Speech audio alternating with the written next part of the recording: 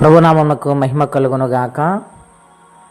మీ అందరికీ ప్రియులార వందనాలు తెలియచేస్తూ ఉన్నాను.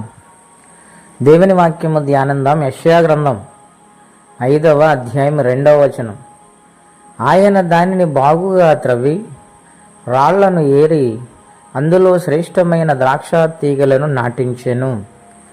దాని మధ్యన బురుజు ఒకటి వేయించి ద్రాక్ష తొట్టిని తొలిపించెను. ద్రాక్ష పండ్లు ఫలింపవలను ఎదురుచూచుచుండెను, గాని అది కారు ద్రాక్షాలు కాచెను. ప్రియులారా, ఉదయకాల సమయంలో పరిశుద్ధాత్మదేవుడు మనతో మాట్లాడుచున్నారు. నేను నిజమైన ద్రాక్షావళిని, మీరు తీగలు అన్నాడు ఆయన. నా యందు మీరు నిలుచుంటే ఫలిస్తారు అన్నాడు. యేసుక్రీస్తు వారు అపమానము సువార్త పాఠ్యాంశం నుంచి మనతో బోధించారు. ఇక్కడ ఉపమాన రీతిగా, ప్రవచన రీతిగా వ్రాయబడిన మాట ఏమనగా, పరిశుద్ధాత్మ దేవుని మాట ద్వారా ప్రియుని గూర్చి పాడుతూ తనకిష్టమైన ద్రాక్ష తోట ఒకటి వేశాడని, అది సత్తువు గల భూమి మీద కొండ మీద నా ప్రియునికి ఒక ద్రాక్ష తోట ఉండేనని చెప్తూ ఉన్నాడు. ప్రియులారా, ద్రాక్ష తోట వేయటానికి సత్తువు కలిగిన భూమి, కొండ రెండు ఉన్నాయి. అతి శ్రేష్టమైన నేలలో దానిని బాగు చేసి ఆయన నాటాడు ద్రాక్ష తీగలను. వాటి కోసం ఆయన ప్రయాసపడింది ఏమిటంటే, చాలా శ్రద్ధ తీసుకున్నాడు, శ్రమపడి శుద్ధి చేశాడు, శ్రేష్టమైన నేలలో నాటాడు. నాటిన తర్వాత వాటికి కావలసిన నీరు అన్నీ వేశాడు. అయితే ద్రాక్ష కాయలు కాయాలని ఎదురు చూచుచూ ఉండగా తోటంతా మంచిగా వచ్చింది. విస్తారముగా తీగలు పాకాయి, బలమైన తీగలు వచ్చాయి. వాటిలో నుంచి అతి శ్రేష్టమైన చిగురులు, వాటి నుండి బలమైన కాయలు కాచాయి. ఆ కాయలను చూసి ఆ యజమానుడు చాలా సంతోషపడ్డాడు. అయితే నా ప్రియ స్నేహితులారు ఆలోచన చేస్తున్నారు, తోట చాలా బాగుంది, కాయలు కూడా చాలా బలముగా ఉన్నాయి, చూడటానికి రమ్యముగా, తినాలని ఇష్టము, ఆశ ఉన్నది.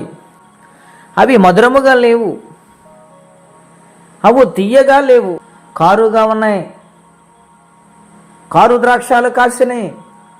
కారణం ఏమిటి? ఆలోచన చేయాలి. ద్రాక్ష తోట నాటిన యజమానిని తప్ప, కష్టపడి పరిచేసి శ్రేష్టమైన నేలలో నాటబడటం తప్పంటారా? మరెందుకు కారు ద్రాక్షాల కాసిన ఈ దినాన్ని మనం ఆలోచన చేయాలి. దేవుడు అదే మాట్లాడుచున్నారు. నేను నాటాను, నీళ్లు పెట్టాను, ఫలించా ఎదురు చూసినప్పుడు ఎంతగానో మంచి కాయలు వచ్చాయి, కానీ అవి తినుటకు ఏమాత్రము కూడా పనికిరావు.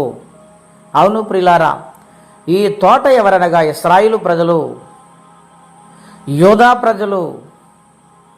వారిని దేవుడు నాటాడు కనాను దేశంలో. కానీ వారు కాసిన ఫలాలు ఏమిటంటే కారు ఫలాలు కాశారు. దేవునికి ఇష్టము లేని కార్యాలు చేసి దేవుని బాధ కలిగించారు. ఈనాటి దినాలలో దేవుని బిడ్డగా మనం ఏ స్థితిలో ఉన్నాం? కారు ద్రాక్షాలు కాస్తున్నామా? శ్రేష్టమైన, బలమైన, రుచి కలిగిన ద్రాక్షాలు కాస్తున్నాం? ఆలోచన చేయాలని ప్రభుపేట మనం చేస్తున్నాం. ఆ యజమానుడు బాధపడుతున్నాడు. ఆ ద్రాక్ష తోటను తీసివేయాలనుకుంటున్నాడు. ఆ ద్రాక్ష తోటను చుట్టూ కంచె తీసివేసి పశువులకు మేతగా, అడవి మృగులకు మేతగా వేసేయాలనుకుంటూ ఉన్నాడు. న్యాయమే కదండి.